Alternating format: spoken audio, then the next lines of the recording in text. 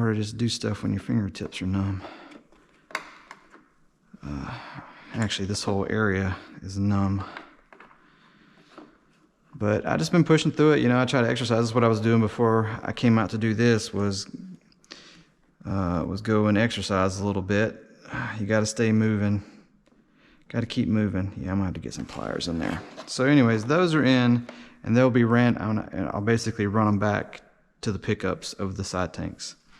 So now we're kind of jumping back over here to these guys. They make JB Weld that's like your normal stuff, and then they make this stuff, which is a fast set, and it's about half the PSI rating. Like the normal JB Weld, like slow dry, is like 5,000 PSI. I guess that's like the shearing, and then this is like 2,500. I'm like, this isn't really under any kind of pressure. It's more of a vacuum, unless you're feeling it. But yeah, that's not going to come off. So I've already cleaned these up, did acetone on them, and tried to make sure they were really nice and clean. Before I do this, I didn't do the fittings, but I will do a little on the fittings now. Not acetone, adhesive remover. This stuff's great stuff. It just dries your skin out really bad. So I'm just going to do one for the video, and then I'll turn it off and do the rest.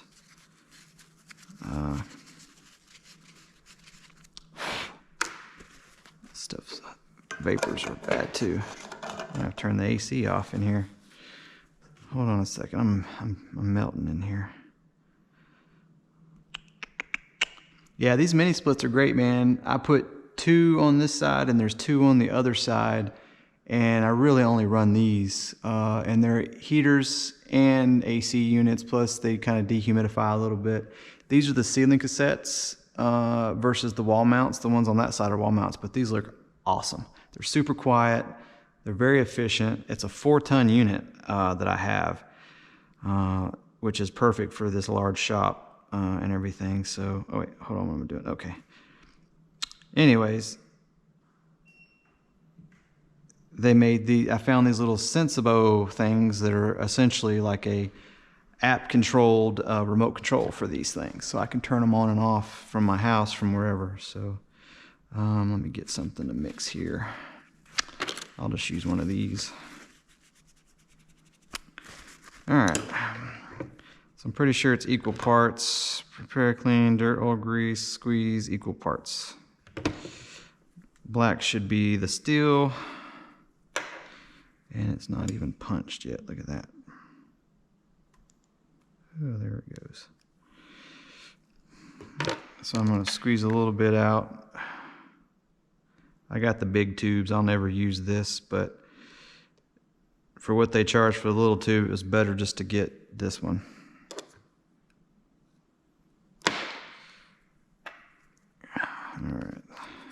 Oh wait, I forgot they have the little punch built into the cap, but I'm not going to use that. It always likes to get stuff.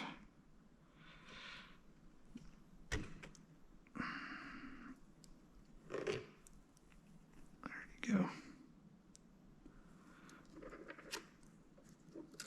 I have to clean that off.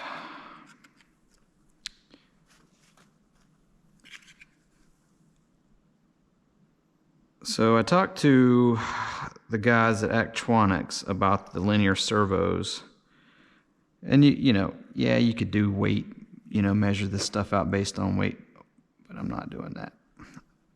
Just iron it. But anyways, so I talked, oopsie.